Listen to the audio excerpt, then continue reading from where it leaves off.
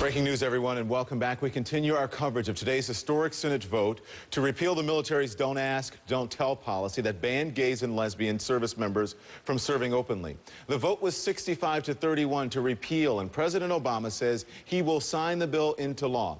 I want to talk more about it now with Michelangelo Signorile. He is a writer and columnist, and he's a host of a show on Sirius XM satellite radio. It's on OutQ. So, Michael, thanks for joining us. Thanks for coming in after this vote. Thank you, You've Tom. been listening to all of the people we've been speaking to in Washington. You heard Dan Choi. You talk about it every day with people on radio. What's your reaction, and what have you been hearing?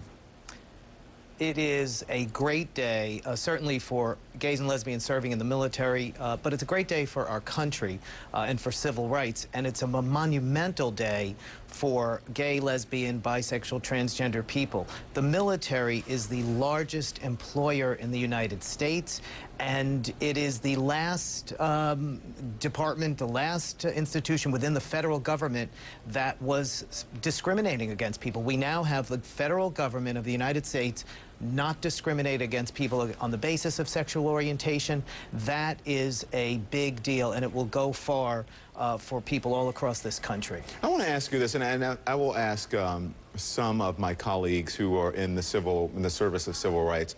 Do you think it's fair to compare this moment to the integration of the military?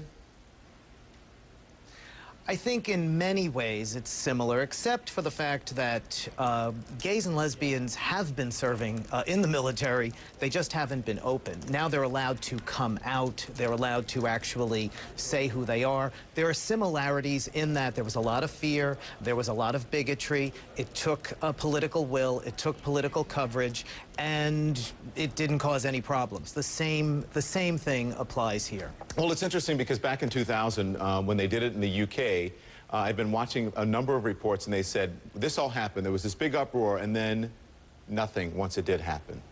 That nothing happened. So you think it'll be the same thing here? Do you think all of those things will come true, what Senator McCain and others who oppose this bill are saying? Absolutely not. As I said, gays and lesbians have been serving. The only problem has been the stress that they feel to have to keep it a secret. That has been the problem. Otherwise, there has been no issue at all. And now people are going to be able to serve with dignity, not feel they have to hide. And most of the people who are in the military who are not gay, in the surveys, in the studies we saw, said that it didn't matter to them. They knew gay and lesbian people. It wasn't a big deal to them. Hey, Michael, are you surprised by the bill, the 180, that this turn? Because it seemed like this bill was dead, even just a week ago. And then it came back up, and I was sitting here reporting, I think it was yesterday, and John King came on and said, hey, listen, there has been some interesting developments when it comes to Don't Ask, Don't Tell. And all of a sudden, we're here just within a week. Are you surprised by that?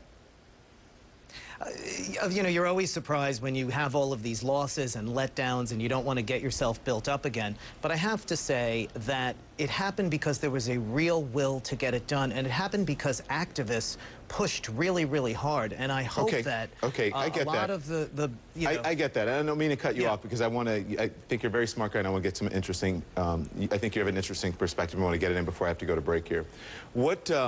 Where do you think we go from here? Where do you think the country goes from here? Is this a watershed moment for other issues when it concerns gay rights? Absolutely. We are now waiting for a decision in the Ninth Circuit Court of Appeals on Proposition 8 and marriage. That may go to the Supreme Court. The society is changing. The country is changing. This is going to send a enormous message throughout the country that discrimination is not acceptable. It is going to have an effect on private industry as well. Yeah. It is a very big deal, and we will look back on it. Michelangelo Signorile, I appreciate your perspective. Again, thank you for coming in on a Saturday for us. Thank you, Don.